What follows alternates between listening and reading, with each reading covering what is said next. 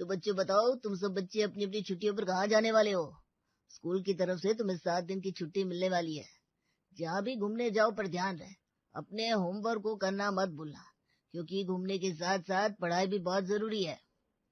Sir मैं तो अपने घर वालों के साथ नानी के यहाँ जाऊंगी। मुझे नानी के घर जाना बहुत अच्छा लगता है।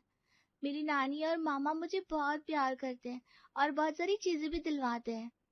सभी बच्चे अपनी अपनी छुट्टियों की प्लानिंग बताने लगते हैं और इतनी देर में टीचर ब्लैक बोर्ड पर सब लोगों के लिए होमवर्क लिख देते हैं, जिसके बाद वो सभी बच्चों से कहते हैं। बच्चों, मैंने बोर्ड पर आप सब लोगों की सर्दियों की छुट्टियों का होमवर्क लिख दिया है।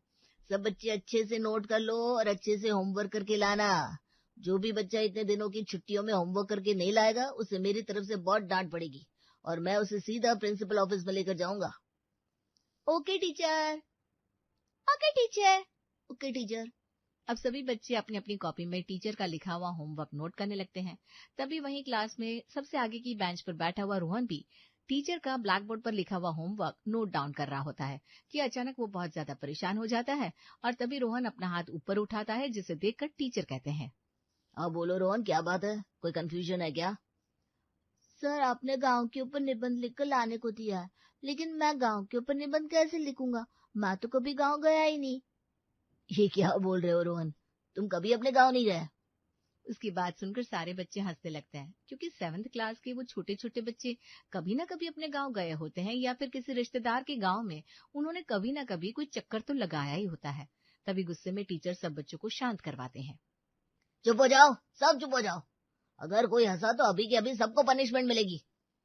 सर आप रोहन की बात तो सुनिए। ऐसा कौन सा बच्चा होगा जो कभी अपने गांव नहीं गया होगा? चुप रहो प्रीति। अगर तुम इसी तरह बीच में बोलती रही तो मैं खुद तुम्हें पनिशमेंट दूंगा, या फिर मैं तुम्हें अभी प्रिंसिपल के पास लेकर जाऊं और तुम्हारी कंप्लेंट करूं। सॉरी सर, आगे से ऐसा नहीं होगा। रोहन बेटा, अगर तुम कभी गांव नहीं गए हो तो तुम अपनी मम्मी से हेल्प ले लेना। अपनी मम्मी से पूछ लेना कि गांव कैसा होता है, जिसके बाद तुम गांव के ऊपर निबंध लिख कर आना। ओके सर, मैं आज ही जाकर अपनी मम्मी से इस बारे में बात करूंगा कि गांव पर निबंध कैसे लिखते हैं। आप देखना क्लास में सबसे अच्छा निबंध मेरा ही होगा, और आप ही ने कहा था यूनिट टेस्ट में भी वही निबंध आएगा। देखना मेरे सबसे अच्छे नंबर आएंगे। ठीक है रोहन, लेकिन Rohan and all the student, याद रहे किसी भी हाल में सारा होमवर्क पूरा होना चाहिए और ये निबंध लिखकर जरूर लाना है। और मैं यूनिट टेस्ट में भी आप लोगों से लिखवाऊंगा। आप चाहे अपनी मम्मी से इन्फॉर्मेशन लो या किसी से भी पूछ लो, पर मुझे निबंध चाहिए, मतलब चाहिए। Okay sir. स्कूल की छुट्टी होने के बाद रोहन घर आता है। रोशनी उस समय अपने लैपटॉप पर कुछ काम कर रही थी। वो अपने घर से ही वर्क फ्रॉम